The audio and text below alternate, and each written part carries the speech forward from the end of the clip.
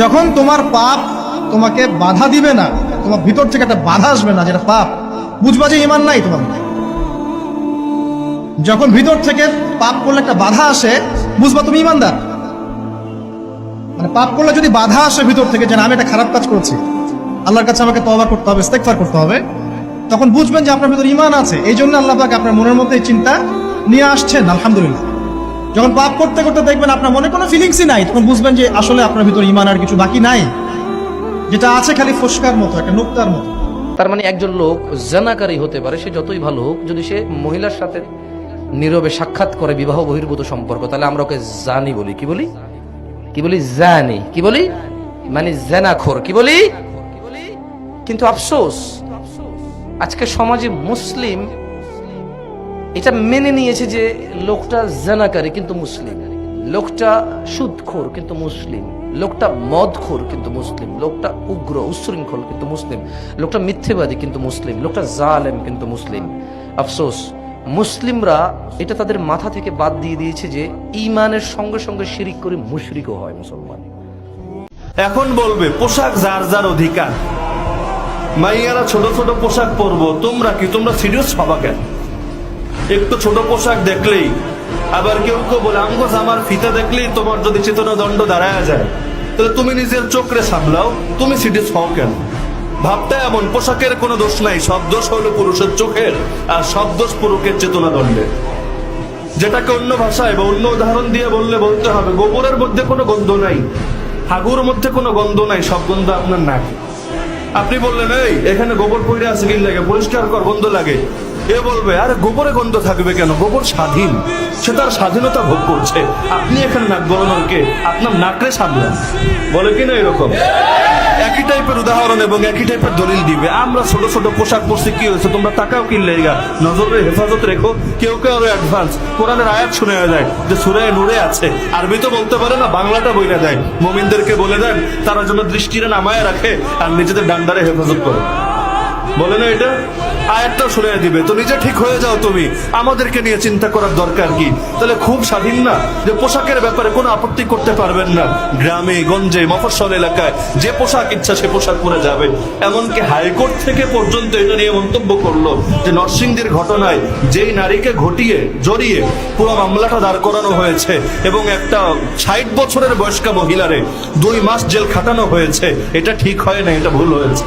এই যুগের শ্রেষ্ঠ যুবক সে যে বলতে পারবে বুক ফুলিয়ে, বাবা মা আপনাদের যাকে মন চাই বিয়ে করান, আমি রাজি। ঠিক কিনা বলেন না? আমি মনে করি সে সমাজের শ্রেষ্ঠ যুবক বর্তমান সময়ে, যে তার বাবা মাকে এখতিয়ার দিতে পেরেছে, এই বাবা মাকে তাদের স্বাধীন ইচ্ছা দিতে পেরেছে যে আপনাদের যাকে মন চায় আপনি শাদী করাতে পারেন, আপনাদের কথা মতো আমি প্রস্তুত আছি। আমি বিশ্বাস করি ওই সংসারে সারা জীবন বাবা মার দোয়া থাকে। ইফতারির আগে যে দোয়া, ওইটা আল্লাহ ফিরায় না। ইফতারি করার আগ মুহূর্তে আমরা যে পেঁয়াজু, আলুর চপ, বেগুনি, এগুলো খান আপনারা? রুয়াবজার শরবত খান নাকি? এই যে সাজায় রাখা হয় ডিজাইন করে, এইগুলো রেখে যখন দোয়া করেন, এই দোয়াটা আল্লাহ শুনে খুব। আল্লাহ বলে কিরে ফেরেশতারা ঘটনা কি, এত খাবার কেন? আল্লাহ রোজা রাখছে, কি চায়? আল্লাহ ক্ষমা চায়। তো খায় না যে তৃষ্ণার, তো আল্লাহ আপনার ভয়, আমারা দেখছে না, আল্লাহ আপনারা দেখে নাই, জান্নাত দেখে নাই, আমার জাহান্নাম দেখেছে আল্লাহ কিন্তু জানে, তারপরে ফেরেশতাদের মুখ থেকে বের করা হবে। সুবহানাল্লাহ পড়েন। আমার জাহান্নাম দেখেছি কিনা বলো? ফেরেশতারা বলে না, জাহান্নাম দেখে নাই। আমার জান্নাত দেখেছে কিনা বলো? জান্নাতও দেখে নাই, কিছুই দেখে নাই, আপনারও দেখে নাই। আল্লাহ এবার খুশি হয়ে যাবে। আমার খুশির জন্য আমার ভয়ে তৃষ্ণার্ত ক্ষুধার্ত সামনে খাবার হাত বাড়ালেই খেতে পারে, গ্লাসটা তুললেই পান করতে পারে, আমার ভয়ে খায় না, আমার ক্ষমা চায়, আমার কাছে ক্ষমা প্রার্থনা করে। এখন আমার বান্দা যা দোয়া করবে, বান্দার সব দোয়া আমি কবুল করে নেব।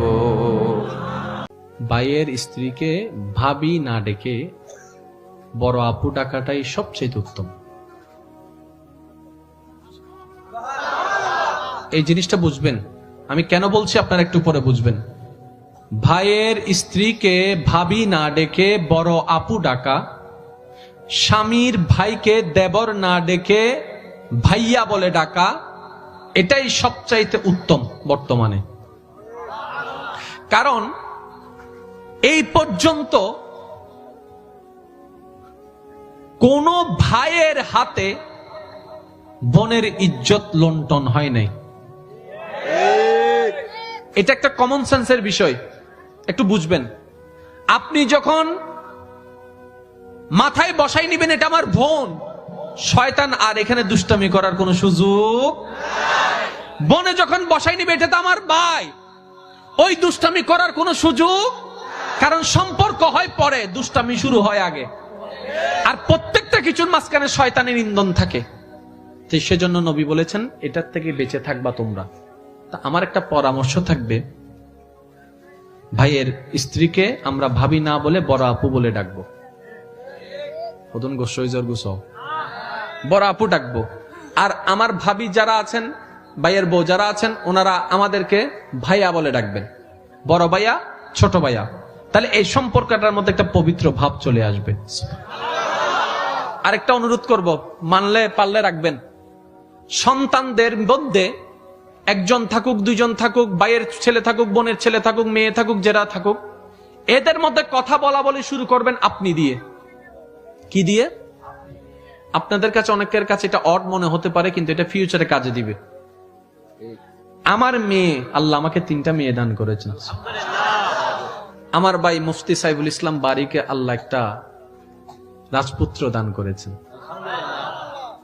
আমার মেয়ে সৈয়দা সায়াবা বাড়ি সবার বড়, তারপরে সৈয়দা সানেখা বাড়ি, তারপরে হয়েছে আমার ভাইয়ের ছেলে সৈয়দ হুসাম বাড়ি, এরপরে আমার মেয়ে হয়েছে সৈয়দা সাউদা বাড়ি। তাহলে 2 মেয়ে বড়, ভাইয়ের ছেলে 3 নাম্বার, আর মেয়েটা তো ছোট্ট যেটা কোলে, এটা বাদে দিলাম।